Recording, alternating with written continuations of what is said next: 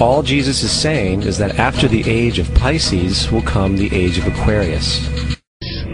Well, yes, I think so. There is this, all this corruption which is unfortunately at the heart of a lot of the financial collapse here. That there is a lot of corruption that is coming up to the surface. It's being exposed, and as I said earlier, it's clearing away because there is a much more that's coming in the next few generations, and one of those is the return of the Christ. I don't know if you guys understand what's going on here. People like Peter Joseph, Acharya S., and Jordan Maxwell are pushing these esoteric views of the Bible on us, so we accept what Lucius Trust and the New World Order is going to do, their order out of chaos scheme. They're waiting for their new Christ, not Jesus Christ's second coming, but their new Christ from their new age religion. They want to get you to accept it. Remember, Alice Bailey said that they're going to be externalizing the information that the hierarchy had to the public, and that they're going to be pushing this information through Masonic lodges, the church, and the education system. Well, I guess their new strategy was to put out films like Zeitgeist to get you to accept this new esoteric philosophy that will enable you to accept the New World Order, New World Religion, and probably their false Messiah.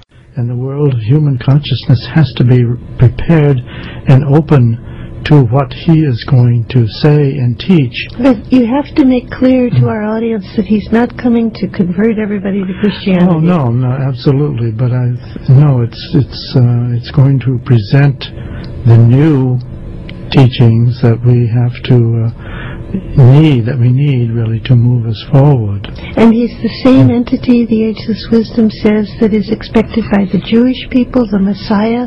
Messiah and Christos both mean the Anointed One. The same individual expected by the Buddhists as the Maitreya, he whose name means kindness. And the Kalki avatar of Hinduism. These are all different perspectives on this one great world teacher who periodically reappears to help humanity move forward in its evolution. When these Theosophists, Illuminati, New World Order advocates talk about the Maitreya, or New World Teacher that is to govern their New Age of Aquarius, that is the climax of the Theosophic New Age system.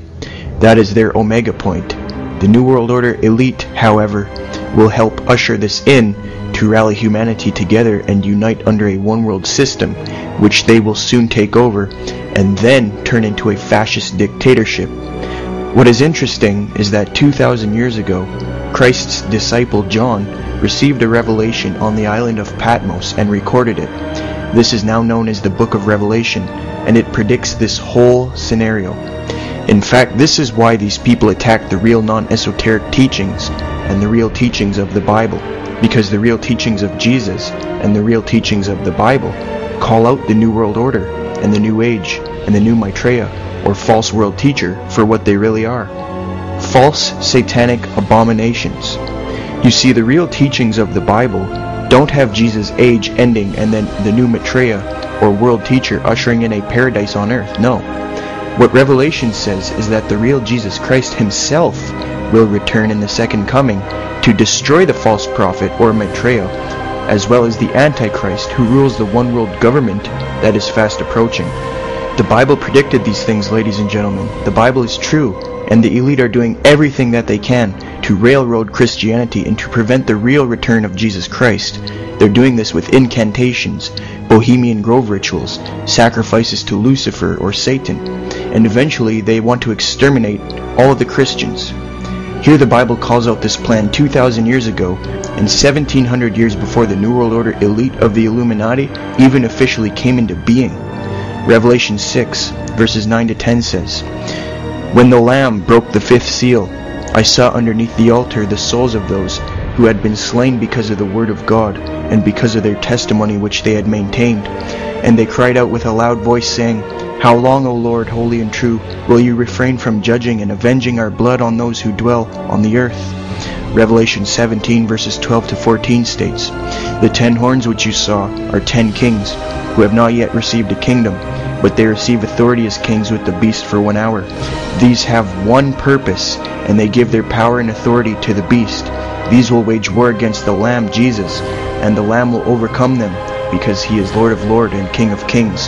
And those who are with him are called and chosen and faithful. Revelation 19 verses 19 to 21 say, And I saw the beast and the kings of the earth and their armies assembled to make war against him who sat on the horse and against his army.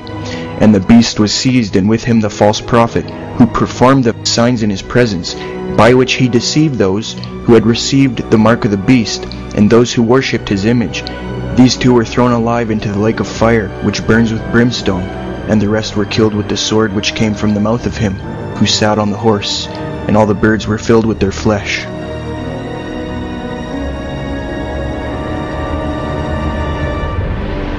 That we are in the midst of crisis is now well understood. Our nation is at war against a far-reaching network of violence and hatred. Our economy is badly weakened, a consequence of greed and irresponsibility on the part of some, but also our collective failure to make hard choices and prepare the nation for a new age.